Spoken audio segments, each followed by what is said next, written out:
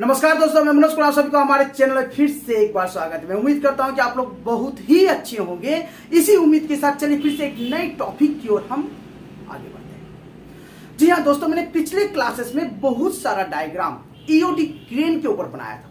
कहने का मतलब control circuit diagram, power circuit diagram बनाया था। चलिए उसी सिलसिले को आगे बढ़ाते हुए आज हम जानेंगे दोस्तों कि ईओडी क्रेन में जो प्रोटेक्टिव पैनल होता है, प्रोटेक्टिव पैनल मींस जो मेन पैनल होता है जहां से हमारा controlling supply and 415 volt 3 phase supply, जितने भी पैनल है, मेन होस्ट का पैनल, ऑक्सिलरी होस्ट का पैनल, एलटी का पैनल, सीटी का पैनल या मैग्नेट क्रेन का पैनल, जितने भी पैनल है इसको क्या मिलती है?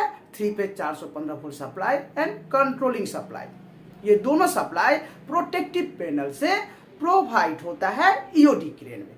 चलिए इसके बारे में हम जानेंगे कि प्रोटेक्टिव पैनल में किस तरह से कंट्रोलिंग सर्किट बना हुआ रहता है, कंट्रोल सर्किट डायग्राम किस तरह से बना हुआ रहता है और इसका मेन फंडा क्या है।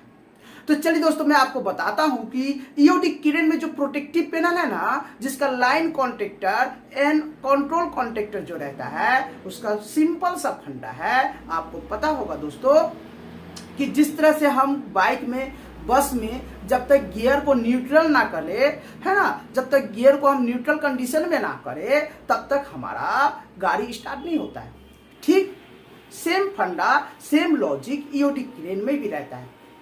हम अपने मशीनरी को, ईओडी क्रेन में जो लगे हुए मशीनरी है उसको किससे ऑपरेट करते हैं? मास्टर कंट्रोलर से। नॉर्मली मास्टर कंट्रोलर से ही ऑपरेट होता है। ठीक है, आप मैक्सिमम क्रेन में देख लेंगे दोस्तों 100% में 80% आपको मास्टर कंट्रोलर से आपको ऑपरेट करना मिल जाएगा। कहीं कहीं पर आपको वायरलेस रिमोट से, रेडियो रिमोट से कंट्रोलिंग होता है। कहीं कहीं पर पेंटेड कनेक्शन, जहां रिमोट का कनेक्शन रहता है, बाय वायर झुला दिया, वहां से रिमोट का कनेक्शन कर दिया। ठीक है, तो इस तरह से कनेक्शन रहता है, बट 80% कनेक्शन आपको भाया मास्टर कंट्रोलर से मिल जाएगा। चलिए उसी क्लासेस को आगे बढ़ाते हुए आज हम जानेंगे कि प्रोटेक्टिव पैनल में line contactor and control contactor किस तरह से ऑन होता है। ठीक है, तो चलिए सबसे पहले क्या करेंगे दोस्तों, मास्टर कंट्रोलर से जब मास्टर कंट्रोल को न्यूट्रल में रखेंगे तभी जाके ऑन कमांड मिलेगा। तो इसका कनेक्शन किस तरह से हम करते हैं, सबसे पहले आप ध्यान से समझिएगा। सपोज ये हमारा फेज सप्लाई है। ठीक है, फेज सप्लाई है। कंट्रोल सप्लाई कितना लूम है? Control supply suppose 220 control supply है। ठीक है, कहीं कहीं पर 110 भी रहता है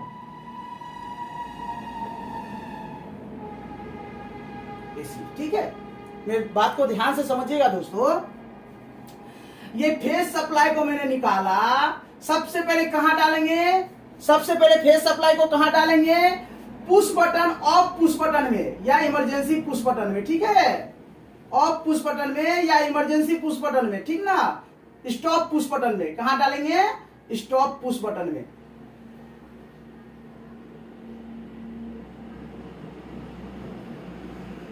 ओके, स्टॉप पुश बटन हमारा क्या रहता है? नॉर्मली एनसी रहता है। क्या रहता है? नॉर्मली एनसी रहता है। यहां से जो सप्लाई निकला, एनसी है तो सप्लाई निकल गया ना, स्टार्ट पुश बटन में डालेंगे। कहां डालेंगे? स्टार्ट पुश बटन में। ठीक है, यहां पर स्टार्ट लिख देता हूं, स्टार्ट। अब स्टार्ट पुश बटन से जो सप्लाई निकला, मान के इसको पुश करेंगे तो सप्लाई निकलेगा ना। इस स्टार्ट पुश बटन को एनो लगा हुआ है, इसको पुश करेंगे तो क्या होगा? सप्लाई नीचे आउटपुट में निकलेगा। यहां पर क्या करना है, जितने भी मास्टर कंट्रोलर के न्यूट्रल कंडीशन के माइक्रो स्विच है, ठीक ना, न्यूट्रल कंडीशन के जो माइक्रो स्विच, देखिए न्यूट्रल कंडीशन का माइक्रो स्विच का सर्किट डायग्राम में आपको इस तरह से सिंबल मिल जाएगा। ठीक है, तो उसका क्या है, जब उस मास्टर कंट्रोलर को हम न्यूट्रल कंडीशन में रखेंगे, मेरे बात को ध्यान से समझिएगा, कोई भी मास्टर कंट्रोलर को जब न्यूट्रल कंडीशन में रखेंगे, जीरो में रखेंगे, उस कंडीशन में क्या होगा आपका देखिएगा, एक माइक्रो स्विच एनसी कंडीशन में रहेगा। एक माइक्रो स्विच एनसी कंडीशन में रहेगा। उसी माइक्रो स्विच से हमको ये सप्लाई ऑन कमांड का सप्लाई सीरीज में लेकर भाया मास्टर कंट्रोलर के एनसी माइक्रो स्विच से सीरीज में लेते हुए line contactor and control contactor को ऑन कमांड देना है। कैसे देना है? चलिए, माइक्रो स्विच का जो न्यूट्रल कंडीशन का जो माइक्रो स्विच है उसका मैंने एनसी लिया। ये सपोज हो गया मेन होस्ट का। किसका हो गया? मेन होस्ट का। ठीक उसी प्रकार मेन होस्ट से जो एनसी से माइक्रो स्विच से एनसी से सप्लाई निकला, ये सप्लाई फिर चला गया ऑक्सिलरी होस्ट के न्यूट्रल के माइक्रो स्विच में, है ना। ऑक्सिलरी के माइक्रो स्विच जो न्यूट्रल कंडीशन में है उसमें चला गया, सॉरी एनसी होगा, ए बी एनसी होगा, है ना, ए बी एनसी होगा ना, ए बी एनसी होगा। ओके, ए बी क्या हो गया हमारा माइक्रो स्विच है।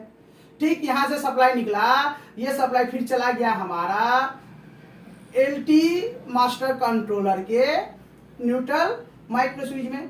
ठीक, यहां से सप्लाई निकला, फिर ये सप्लाई फिर चला गया सीटी मास्टर कंट्रोलर के न्यूट्रल का जो माइक्रो स्विच है उसके उसमें, ठीक ना, उसमें चला गया। 4 micro switch, suppose 4 circuit normally रहता है, main host, auxiliary host, LT, सीटी। तो ये चारों का जो न्यूट्रल कंडीशन का माइक्रो स्विच है वहां से सप्लाई भाया होते हुए, सप्लाई जैसे ही मैंने स्टार्ट किया, मेरी बात को ध्यान से समझिएगा, stop push button NC normally close होता है तो वहां से सप्लाई, तो यहां मिल ही रहा है ऑन कमांड पुश बटन को, स्टार्ट पुश बटन को, ऐसे मैंने पुश किया, जैसे ही पुश किया ये जितने भी माइक्रो स्विच है सब एनसी कंडीशन में है, नॉर्मली क्लोज कंडीशन में, सप्लाई यहां तक हमको मिल गया ना, फेज सप्लाई। ये फेज सप्लाई जैसे ही मिला दोस्तों, मेरा तो ध्यान से समझिएगा, ये फेज सप्लाई जैसे ही मिला, ये फेज सप्लाई आ जाएगा सीधा यहां पर, मेरा मानकर चलिए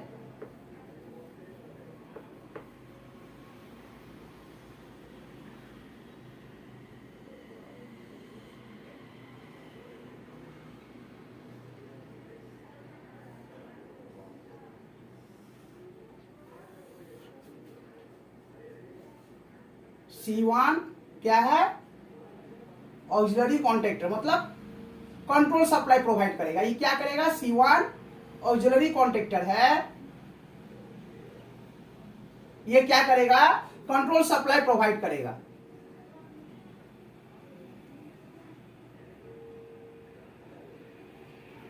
कंट्रोल सप्लाई प्रोवाइड करेगा, ठीक ना। A1 में दे दिया, नीचे न्यूट्रल डाल दिया। ठीक, इसके बाजू में पैरेलल में ठीक इसके साथ लाइन कॉन्टेक्टर रह जाएगा। ये लाइन कॉन्टेक्टर का काम क्या है, 3 फेज सप्लाई प्रोवाइड करना। ये क्या है हमारा लाइन कॉन्टेक्टर।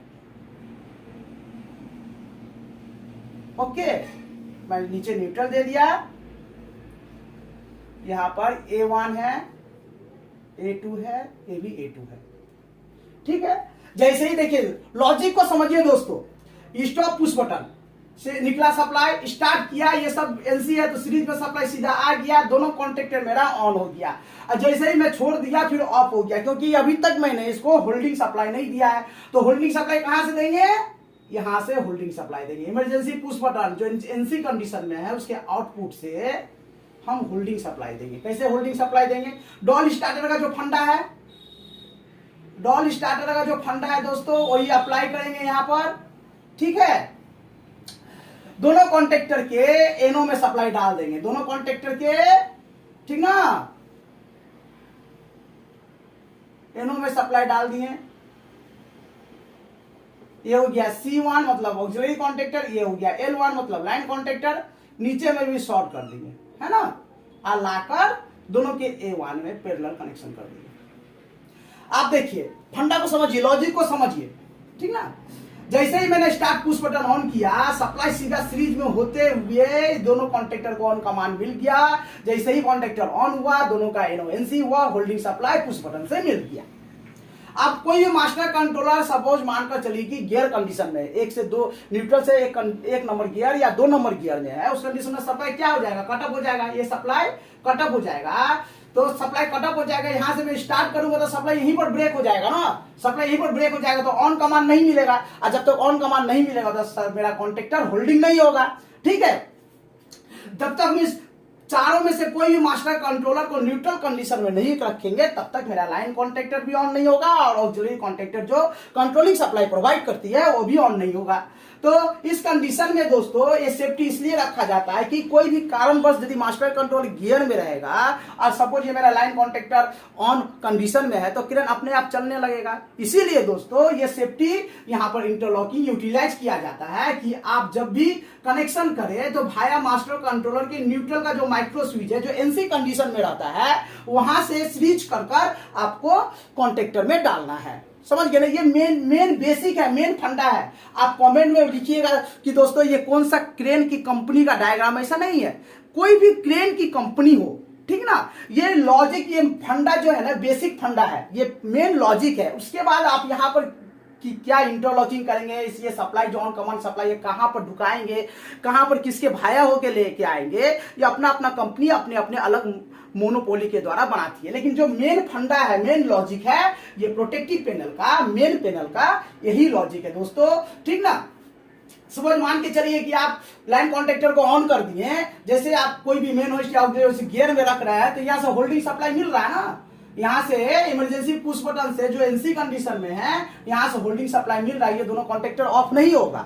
क्रेन को यदि एक बार चालू कर दिए, दोनों कॉन्ट्रैक्टर को यदि चालू कर दिए, तो यहां से स्टार्ट कमांड एक बार स्टार्ट ले लिया, यहां से होल्डिंग सप्लाई कंटिन्यू मिल रहा है, ये कॉन्ट्रैक्टर भी ऑफ नहीं होगा, क्योंकि ये स्टॉप पुश बटन के ऊपर से, देखिए स्टॉप पुश बटन के ठीक आउटपुट से यहां पर सप्लाई निकाल कर मैंने दोनों के एनो में डाल दिया हूं, जैसे ऑन कमांड मिला, ये होल्डिंग हो गया, ठीक है। अब कोई भी कारणवश यदि ये ऑफ होती है, ठीक ना, तो सबसे पहले हम सब माइक्रो जितने भी हमारे मास्टर कंट्रोलर है सबको न्यूट्रल कंडीशन में लाएंगे, उसके बाद ही स्टार्ट कमांड मिलेगा, तब जाकर ये दोनों कॉन्ट्रैक्टर ऑन होगा, तब जाके क्रेन चलना स्टार्ट करेगा, ठीक है। तो यही लॉजिक था, यही फंडा था दोस्तों। मैं उम्मीद करता हूं कि आप लोगों को ये फंडा समझ में आया होगा। इसी उम्मीद के साथ आज की क्लासेस को मैं समाप्त करता हूं और आप लोगों से रिक्वेस्ट करता हूं कि आप हमारे वीडियो को जरूर से जरूर लाइक करें, सब्सक्राइब करें, अपने नए दोस्तों तक शेयर करें, और यदि वीडियो अच्छा लगा हो तो एक लाइक जरूर कीजिएगा दोस्तों। नमस्कार दोस्तों, जय हिंद।